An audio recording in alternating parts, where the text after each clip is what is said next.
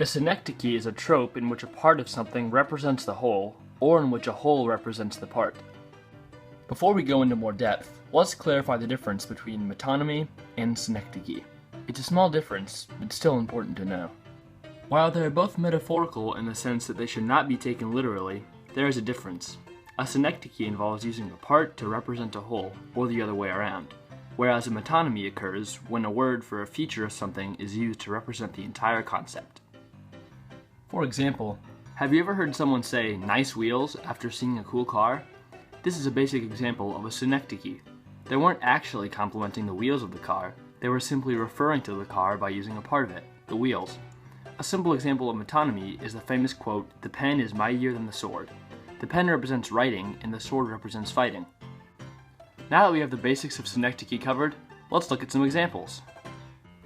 Listen to this clip from a speech Obama gave in 2013 and try to look for the synecdoche. One man wrote to me that we are still recovering from our involvement in Iraq. A veteran put it more bluntly. This nation is sick and tired of war. My answer is simple.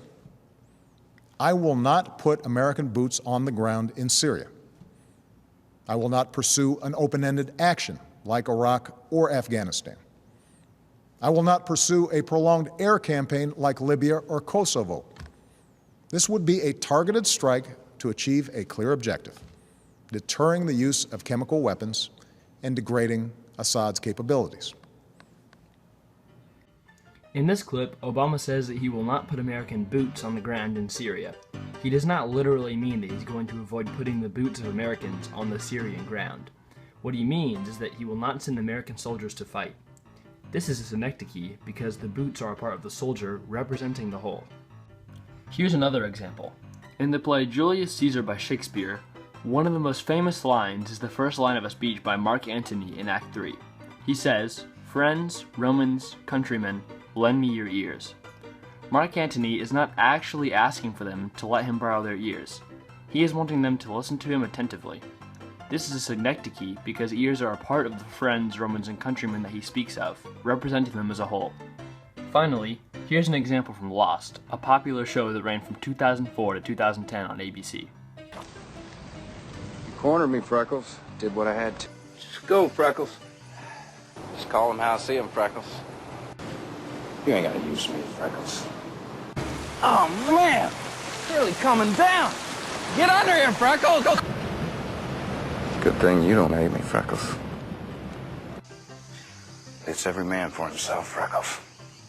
Sawyer isn't actually talking to Kate's freckles, he is referring to her by her freckles. This is a synecdoche. Why would a writer want to use a synecdoche? One obvious reason is in the writing of dialogue. Some characters in a story may have a certain diction that involves them using lots of figures of speech, including synecdoches. Also, an author may use a synecdoche just because it is a common term, such as asking for one's hand in marriage. On a deeper level, an author may use a synecdoche in order to show how the human mind works and how it relates to things. For example, calling a businessman a suit would show that the human mind sometimes identifies people based on what they are wearing. Finally, a speechwriter could use a synecdoche in order to emphasize something that they are saying, or to get the attention of the audience. For example, saying "lend me your ears" or "give me your eyes." One usage of synecdoche that should be avoided by authors is using one just to use one. If it is not a well-known saying or figure of speech, or if it doesn't give insight on a character or situation, then it probably should not be used. For example, a writer could refer to a water bottle as plastic. This is a synecdoche, but it is not commonly used, nor does it provide insight or emphasis. Therefore, it should be avoided.